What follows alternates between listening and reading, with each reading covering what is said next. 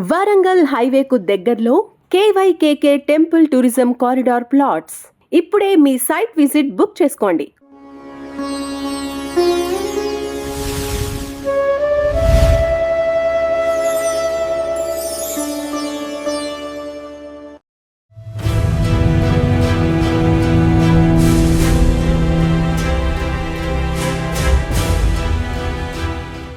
మహాభారతం అనగానే మనకు గుర్తొచ్చేది కురుక్షేత్ర యుద్ధం, కృష్ణుడి రాయబారం ఇలాంటివి.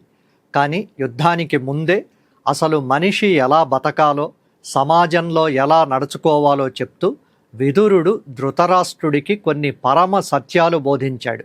అదే విదురనీతి. తిక్కన ఆంధ్రీకరించిన విదురనీతిలోని అద్భుతమైన పద్యాలను, వాటి వెనుకున్న అసలైన అంతరార్థాన్ని తెలుసుకోబోతున్నాం. వందల పూజలు చేసినా దక్కని పుణ్యం కేవలం ఒకే ఒక్క గుణంతో ఎలా వస్తుంది? అక్రమంగా సంపాదించే కోట్ల రూపాయల కంటే మనల్ని చనిపోయిన తరువాత కూడా బతికించే ఆ శాశ్వత కీర్తి ఏది? వీటన్నింటికీ పెద్దలు చెప్పిన ప్రాక్టికల్ లైఫ్ లెసన్స్ నేటి మన ఆధునిక కాలానికి ఎలా అన్వయమవుతాయో ఈ వీడియోలో వివరంగా చూద్దాం.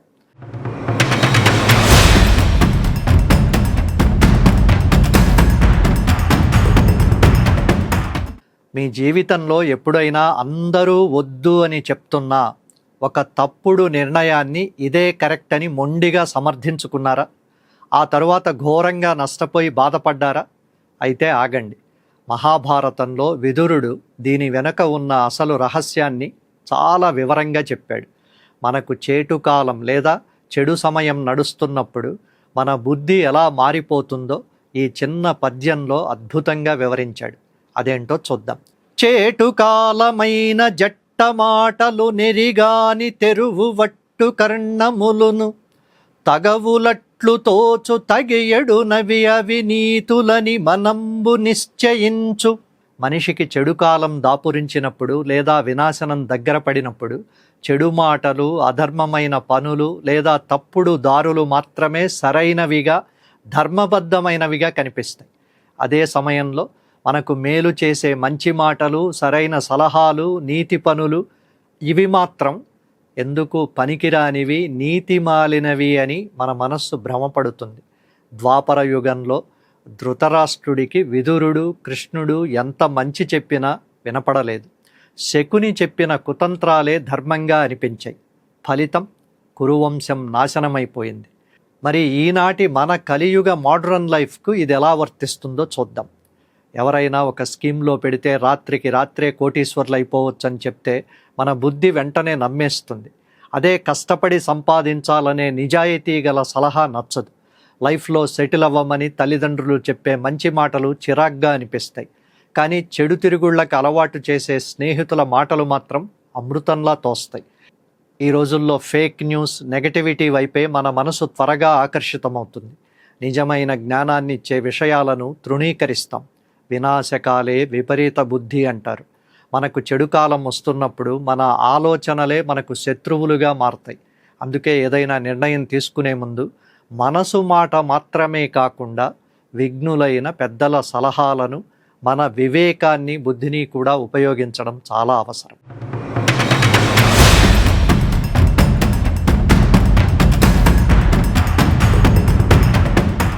ఈ రోజుల్లో మనం పుణ్యం వస్తుందని గుడులకు వెళతాం, దానాలు చేస్తాం, తీర్థయాత్రలు తిరుగుతాం.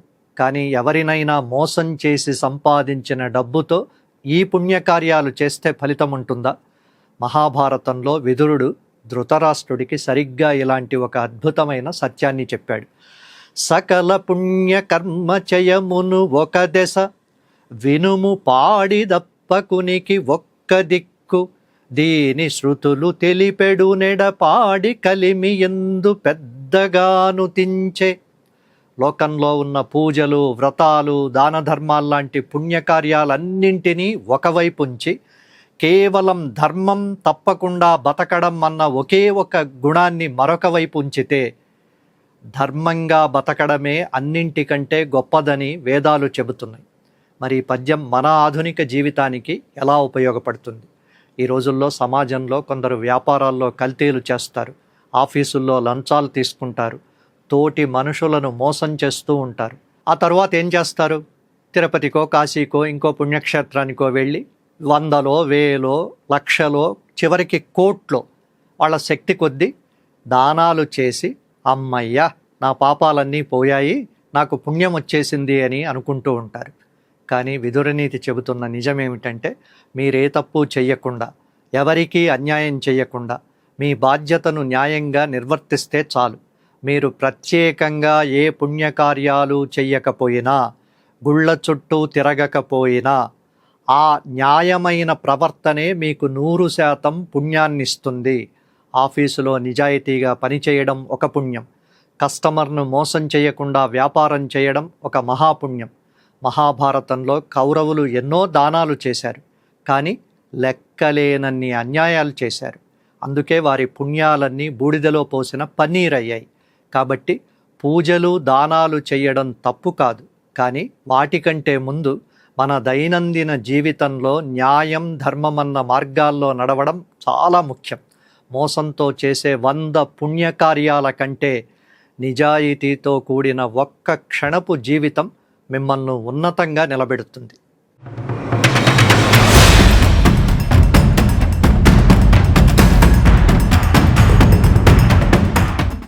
వంద పుణ్యకార్యాల కంటే ధర్మం తప్పకుండా బతకడం గొప్పదని తెలుసుకున్నాం. అయితే అలా ధర్మంగా బతికే వారికి అసలు ఏం దక్కుతుంది?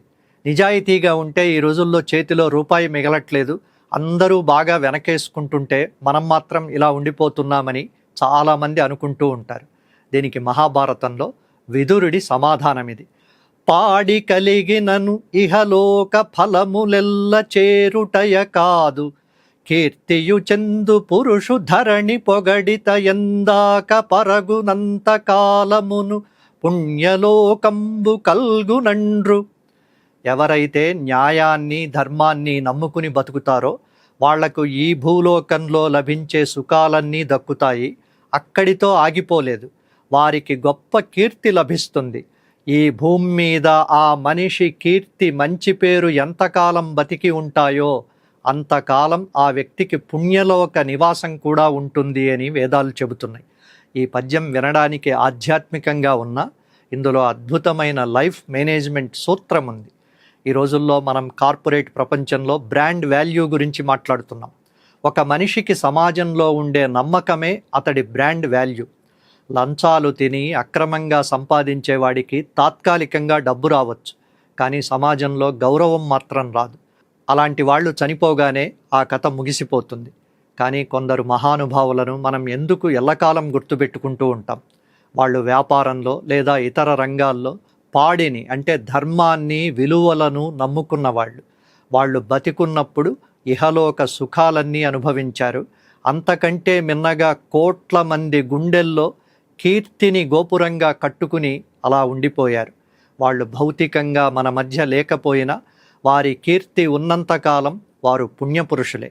అంటే మీరు చేసే ప్రతి న్యాయమైన పని మీ పిల్లలకు, మీ తరతరాలకు ఒక రక్షణ కవచంలా మారుతుంది. డబ్బు ఈరోజు వస్తుంది, రేపు పోతుంది, కానీ నిజాయితీ ఇచ్చే కీర్తి చనిపోయిన తరువాత కూడా మనల్ని బతికిస్తూనే ఉంటుంది. షార్ట్ కట్లో వచ్చే సక్సెస్ కంటే ధర్మ మార్గంలో వచ్చే గెలుపే శాశ్వతం. మీ బ్రాండ్ వాల్యూని, మీ కీర్తిని కాపాడుకోండి. అదే మీకు ఇహలోకంలోనూ పరలోకంలోనూ రక్షణగా నిలుస్తుంది. ధాత్రి టీవీని లైక్ చేయండి, షేర్ చేయండి, సబ్స్క్రైబ్ చేయండి. ఫేస్బుక్, ఇన్స్టాగ్రామ్, ఎక్స్లో ధాత్రిని ఫాలో అవ్వండి. మీ అభిప్రాయాలను కామెంట్లలో పోస్ట్ చేయండి. పూజలు, వ్రతాలు చేయడం కంటే ఒకరిని మోసం చేయకుండా ధర్మంగా బతకడం ముఖ్యం. అలా బతికినప్పుడే సమాజంలో మనకు లభించే గౌరవం, ఆ కీర్తి మనం లేకపోయినా మన పేరును చిరస్థాయిగా నిలబెడతాయి. డబ్బు కంటే విలువలకు, స్వార్థం కంటే న్యాయానికి ప్రాధాన్యమిస్తూ మన జీవితాలను ఉన్నతంగా తీర్చిదిద్దుకుందాం. మరో ఎపిసోడ్లో మళ్ళీ కలుద్దాం. అంతవరకు సెలవు. నమస్కారం.